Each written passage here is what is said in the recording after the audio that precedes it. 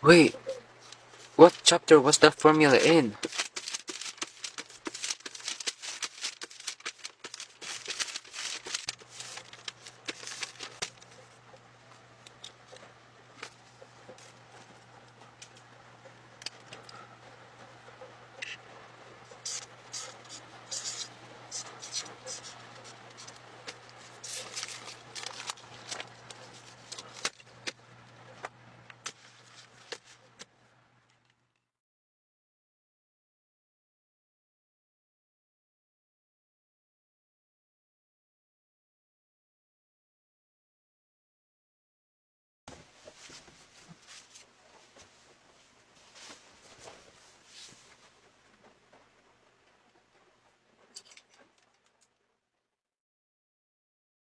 Fenomena yang baru saja terjadi bukan hanya pada satu orang, tetapi pada banyak siswa bahkan banyak mahasiswa yang mengalaminya.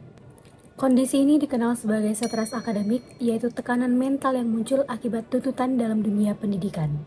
Stres akademik biasanya muncul karena tugas yang menumpuk, tuntutan nilai yang tinggi, dan juga rasa takut gagal. Dan akibatnya banyak gitu siswa yang merasa lelah mentalnya, bahkan siswa itu kehilangan motivasi dan bahkan merasa sulit gitu untuk fokus dalam belajar. Dan hal ini yang menunjukkan bahwa proses pendidikan tidak hanya berdampak pada pengetahuan, tetapi juga pada kondisi mental siswa ataupun mahasiswa itu sendiri. Dan dalam perspektif sosiologi pendidikan, kondisi ini tidak hanya dipengaruhi oleh individu, tetapi juga dengan lingkungan sosial dari pendidikan itu. Yang pertama adalah tekanan sosial dalam prestasi. Siswa ataupun mahasiswa selalu menjadikan nilai ini sebagai standar keberhasilan, sehingga mereka selalu harus merasa untuk mencapai nilai yang tinggi. Yang kedua, budaya kompetisi dalam pendidikan. Siswa ini tidak hanya belajar, tetapi mereka juga bersaing dengan teman-temannya. Dan kalau mereka tidak bersaing secara sehat, ini akan menimbulkan tekanan psikologis bagi diri mereka. Yang ketiga adalah ekspektasi dari lingkungan mereka, seperti guru dan juga siswa. Harapan yang tinggi, tapi tanpa mereka mendapatkan dukungan yang maksimal, itu akan menjadi beban bagi siswa itu sendiri. Dan dari sini dapat kita lihat bahwa kesehatan mental siswa sangat dipengaruhi oleh sistem dan juga lingkungan pendidikan. Jadi, stres akademik merupakan fenomena sosial dalam pendidikan yang menunjukkan bahwa sistem dan juga lingkungan belajar dapat mempengaruhi kondisi mental siswa.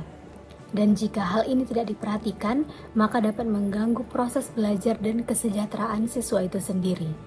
Maka dari itu, untuk mengatasi hal tersebut, ada beberapa solusi yang dapat ditawarkan. Solusi yang pertama itu dari sisi siswa itu sendiri. Siswa harus bisa mengatur ataupun memanage waktu antara belajar dan istirahatnya. Mereka harus bisa menjaga keseimbangan antara dua hal tersebut. Solusi yang kedua dari sisi guru dan juga dosen. Mereka harus memperhatikan kondisi dari siswa itu sendiri. Tidak hanya fokus pada nilai, tetapi juga bagaimana kesejahteraan mental dari siswa maupun mahasiswanya. Selain itu, lingkungan pendidikan harus lebih mendukung bukan hanya menuntut, karena pendidikan bukan hanya mencerdaskan tetapi juga memanusiakan. Terima kasih banyak saya ucapkan kepada yang sudah menyaksikan video saya sampai selesai. Mohon maaf bila ada kesalahan dan kurang-kurang di dalam video saya.